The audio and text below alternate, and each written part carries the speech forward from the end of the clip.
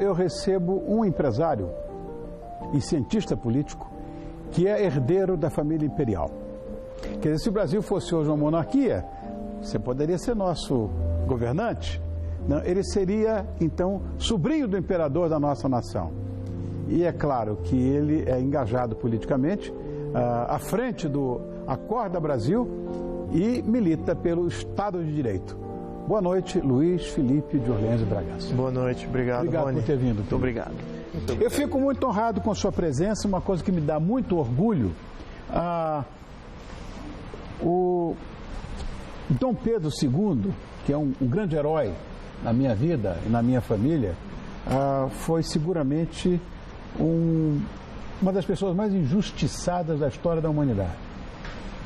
Traído pelo seu querido amigo... Uma história triste dele, Deodoro da Fonseca, que traiu. Meu pentavô foi ministro de Estado da Fazenda, de Dom Pedro II, e isso tudo me deixa, de certa forma, com um certo amargor, porque a história republicana é tão complicada, é tão horrorosa, para não dizer outra coisa. Quer dizer, um homem probo, honrado, decente, com um parlamento honesto, só com notáveis, de repente, olha o que acontece com o nosso país. 6 constituições. 6 constituições. Um fracasso de modelo, exato. Me perdoe esse desabafo, mas é que... Foi de fato, acho que até uma pessoa me falou isso há um tempo atrás, que foi o único real golpe que existiu, foi esse. Exatamente. No Brasil. E eu acho que ali naquele momento houve uma negligência do conhecimento acumulado até aquele ponto. Porque a monarquia ela precisava se reestruturar em termos de descentralização de poder. Sim. Ela precisava passar por uns ajustes. E a primeira Constituição da República tinha esses ajustes. Só que a estrutura de poder, ela nos jogou a esse sistema presidencialista, que hoje, depois de 100 anos... Que é imperialista, ela concentra mais poderes do que a monarquia que sucedia. E é exatamente isso que os republicanos não aprenderam. Eles copiaram o modelo norte-americano, que, de certa maneira, tinha a separação do chefe de Estado e dos chefes de governo. Os governadores eram chefes de governo. E aquele desenho da Constituição norte-americana era o desenho do chefe de Estado. Então havia essa separação entre chefe de Estado e chefe de governo, o que existia também no Brasil imperial. Mas quando nós iniciamos a nossa república, nós iniciamos com o chefe de Estado e chefe de governo juntos, encarnados na mesma pessoa, concentrando o poder. E isso perpetuou a instabilidade. Com o executivo muito forte, você cria uma certa perpetuidade de poder central. Poder central, você cria oligarquias fortes, e essas oligarquias vão sempre lutar por esse poder, vai haver competição. Claro. Então a história do Brasil republicano é uma história de oligarquias sucedendo uma outra, etc. Foi muito instável. E pobre, gera pobreza. Sim, o maior gerador de pobreza é o sistema presidencialista. Também acredito nisso. Não, mas isso é um fato. O IDH dos países mais pobres, até o nível mais, ou seja, o nível mais alto de IDH, tem um país presidencialista. Quando for descendo a escadinha do IDH, chega nos países abaixo do nível mais alto, já começa a aumentar o número de países presidencialistas e semipresidencialistas. Então você veja que executivo forte é uma pré-condição para geração de pobreza. Nós vivíamos uma monarquia parlamentar. Que seja isso, quer dizer, que seja um presidencialismo com um parlamento, em ordem, sei lá, com o primeiro-ministro. Eu tenho essa visão, me perdoa, não era essa a nossa pauta, mas é que eu... Verdade. Enfim, porque olha, eu estava falando agora há pouco... Mas o tema é importante, o momento é importante. Eu acho que temos aí uma ideia de que o sistema atual falhou, não precisamos viver, se não mudar nada, daqui a um tempo talvez igual, de 20 anos, 25 anos, vai haver uma nova ruptura. Isso é clássico. Isso é clássico. Então temos que aproveitar esse momento para fazer os grandes ajustes, as grandes reformas. A sociedade ela tem que participar dessas reformas, não pode ser uma reforma de cima para baixo, tem que ser validada de baixo para cima. Então tem coisa aí que podemos inserir na atual Constituição que vai fazer com que o povo faça essa reforma naturalmente. E isso é sine qua non do nosso futuro como um país diria que semi-desenvolvido, não estamos ainda no desenvolvimento exatamente porque não temos o povo podendo participar do processo político. Absolutamente correto isso. Essa visão é corretíssima. Você é sobrinho de Luiz Gastão de Orleans e Bragança, que seria nosso monarca hoje, né? Que seria o imperador brasileiro, o rei brasileiro, se fosse instituída a monarquia aqui. Bom, que tipo de governo você defende e como é que surgiu esse Acorda Brasil? Porque eu tenho tanta simpatia. Olha, o Acorda Brasil ele surgiu de dentro dos movimentos de rua. Houve movimentos como os atuais grandes que estão aí, o Movimento Brasil Livre e o Vem Pra Rua. Nós resolvemos criar o Acorda Brasil exatamente para pensar no dia de amanhã, nas reformas estruturais que o Brasil precisa para se inserir na humanidade, começar a contribuir com a humanidade, como um país desenvolvido. E então estamos aproveitando esse momento para trazer à tona uma série de questões estruturais. Então foi essa a motivação inicial. O tipo de governo que a gente defende, claro que é o Estado de Direito, mas o que é isso? É um governo de leis, ou seja, não é personificado na questão de um presidente ou de um parlamento com gente, é questão de leis que vão governar. Então o arranjo de poderes é que precisa ser muito bem feito, muito bem pensado, e que não foi durante esse período republicano. Por que isso é importante? Isso é importante porque os freios e contrapesos naturais das instituições, elas são um efeito de você ter criado essas instituições independentes, elas independentes competindo por validação, e essa competição natural gera esses freios e contrapesos entre as instituições. Correto. O papo é meio complexo aqui. Não é. Mas dá para entender. Mas na verdade é isso. Nós precisamos passar por isso, porque o que nós temos? Um executivo que nomeia para vários cargos. Também o legislativo tem várias prerrogativas de quem para eles podem nomear. Então a gente precisa tirar isso da mão do legislativo e do executivo. Precisamos ter mais cargos eleitos. Na verdade é essa. Precisamos ter um TSE independente, não nomeado. Temos que ter um STF independente, não nomeado. Lindo isso. Um Ministério Público independente, não nomeado. Polícia Federal independente, porque nomeado. Há um comprometimento, sem dúvida alguma, de quem é nomeado com quem nomeou. Exatamente. Isso é fundamental. Exatamente. Então isso eu diria que é a base do sistema dos estados de direitos modernos, que são os países mais ricos.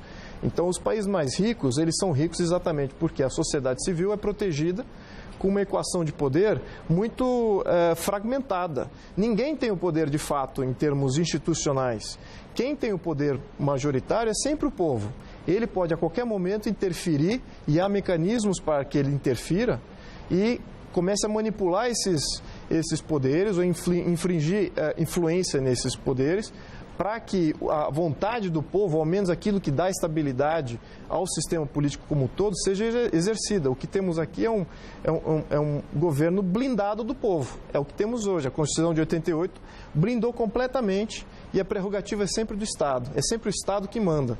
Nunca existe um viés direto, democracia direta em nenhum sentido, em nenhum nível. Já está provado que um Estado muito agigantado leva à pobreza, exatamente, leva ao não desenvolvimento, enfim.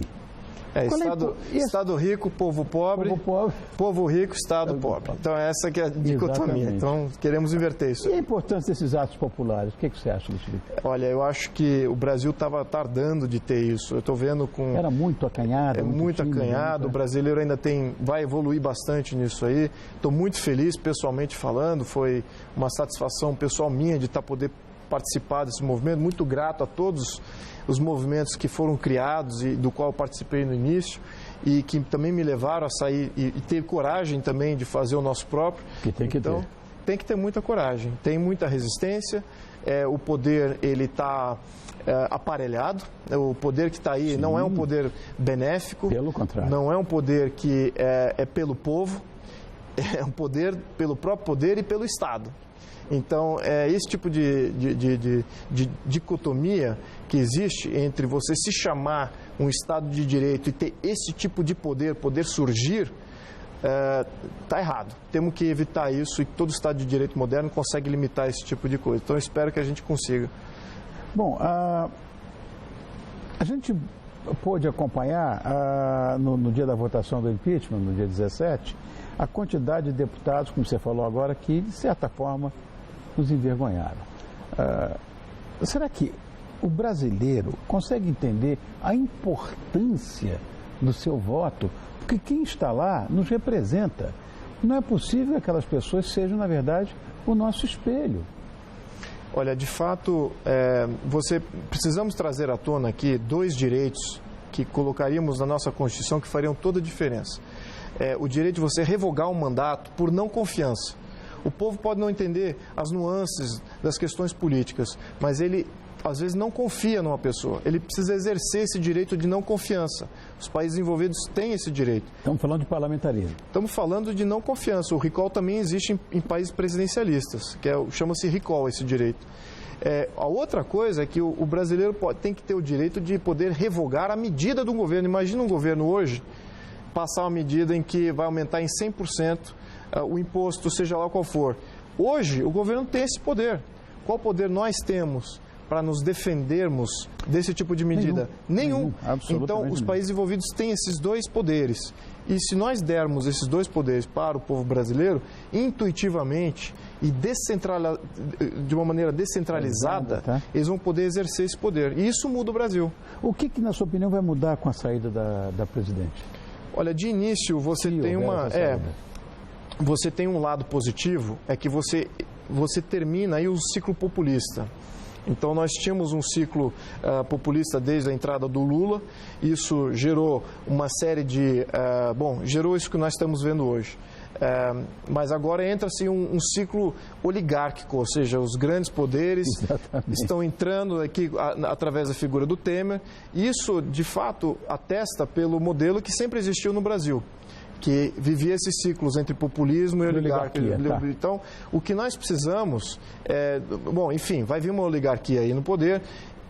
Eu espero que nós não repetimos o que vivemos o que a Argentina viveu quando caiu Menem. Quando caiu Menem, subiu De La Rúa, que era muito fraco, queria fazer reformas, não conseguiu fazer reformas, sobe do Aldi. Caiu também no espaço de 2, 3 anos. Então, foi uma instabilidade política muito grande. E aí veio o populismo de novo. Então, é exatamente isso que nós precisamos evitar. Como é que nós evitaríamos isso? Nós evitaríamos isso se nós dermos mais poder para o povo agora. Porque, do ponto de vista estrutural, político, não existe liderança política com legitimidade para assumir esse poder agora. Então, o povo precisa ter o poder nesse momento para ele fazer as reformas onde ele vê que vai ter impacto para ele. Porque, intuitivamente, ele exercendo isso, veja como o Temer já nasce politicamente fraco, porque o povo sente que, olha, queremos tirar ele, queremos tirar Cunha, queremos tirar o Renan Calheiros, porque eles não nos representam. Então o povo naturalmente quer exercer isso agora. Ele está sentindo que é um momento de mudança, precisamos dar mais poder para que eles façam isso de uma maneira mais fácil. O impeachment é um processo do Estado limpando o Estado, não é um processo do povo limpando o Estado. E é exatamente esses 2 poderes que eu falei, de revogar medidas do governo e revogar mandatos de políticos, que nós precisamos inserir no Brasil. Luiz Felipe de Orleans de Bragança, obrigado por ter vindo. Obrigado por me receber. Imagina, empresário, cientista político, e eu vou dizer mais uma vez, tenho muito orgulho de que a minha família tenha trabalhado com a sua, em tempos tão remotos. Obrigado, querido. Prazer. Obrigado.